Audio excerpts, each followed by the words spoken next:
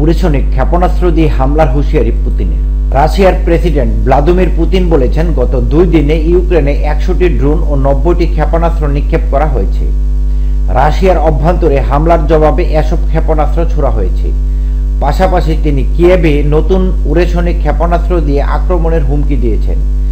এসব হামলায় ইউক্রেনের নীতি নির্ধারণী স্থাপনাগুলো লক্ষ্যবস্তু হতে পারে। পুতিন বৃহস্পতিবার কাজাখস্তানের রাজধানী আস্তানায় সাবেক সোভিয়েত দেশগুলোর নিরাপত্তা জোটের বৈঠকে দেওয়া ভাষণে এসব কথা বলেন।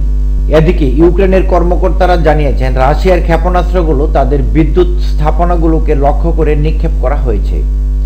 পুতিন অবশ্য গত সপ্তাহে ইউক্রেনের দিনেপ্রু শহরে রাশিয়ার উরেশনিক মাধ্যম পাল্লার ব্যালিস্টিক ক্ষেপণাস্ত্র ব্যবহারের বিষয়টিও ভাষণে উল্লেখ করেছেন।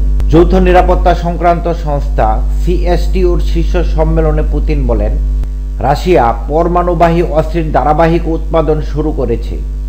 আমাদের প্রতিরক্ষা মন্ত্রণালয় বর্তমানে নতুন ক্ষেপণাস্ত্র দিয়ে হামলার জন্য ইউক্রেনে আরও লক্ষ্যবস্তু নির্ধারণ করেছে। পুতিন বলেন, পশ্চিমা দূরপাল্লার ক্ষেপণাস্ত্র দিয়ে রাশিয়ার ভূখণ্ডে ইউক্রেনের হামলার প্রতিক্রিয়ায় চালানো আক্রমণে কিয়েভের নীতি নির্ধারণী স্থাপনাগুলো লক্ষ্যবস্তু হতে পারে। পুতিন আরও বলেন, উরেশনিকের ব্যাপক ব্যবহার পারমাণবিক অস্ত্রের সঙ্গে তুলনীয়। ইউক্রেনের জ্বালানি মন্ত্রী গালুশচেনকো বৃহস্পতিবার বলেছেন, দেশের বিদ্যুৎ অবকাঠামোতে শত্রুর ব্যাপক আক্রমণ হয়েছে।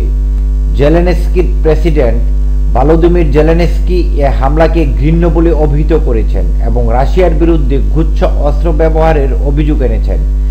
তিনি টেলিগ্রাফে দেওয়া পোস্টে বলেন, বেশ কয়েকটি অঞ্চলে ক্লাস্টার বোমা হামলা করা হয়েছে। তারা বেসামরিক অবকাঠামোগুলোকে লক্ষ্যবস্তু করেছে।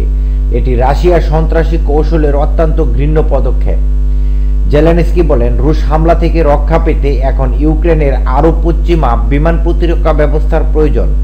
বিদ্যুৎ সরবরাহ শীতকালে বিশেষভাবে গুরুত্বপূর্ণ। এখন আমাদের রাশিয়ার আক্রমণ থেকে বিদ্যুৎ অবকাঠামোগুলোকে রক্ষা করতে হবে।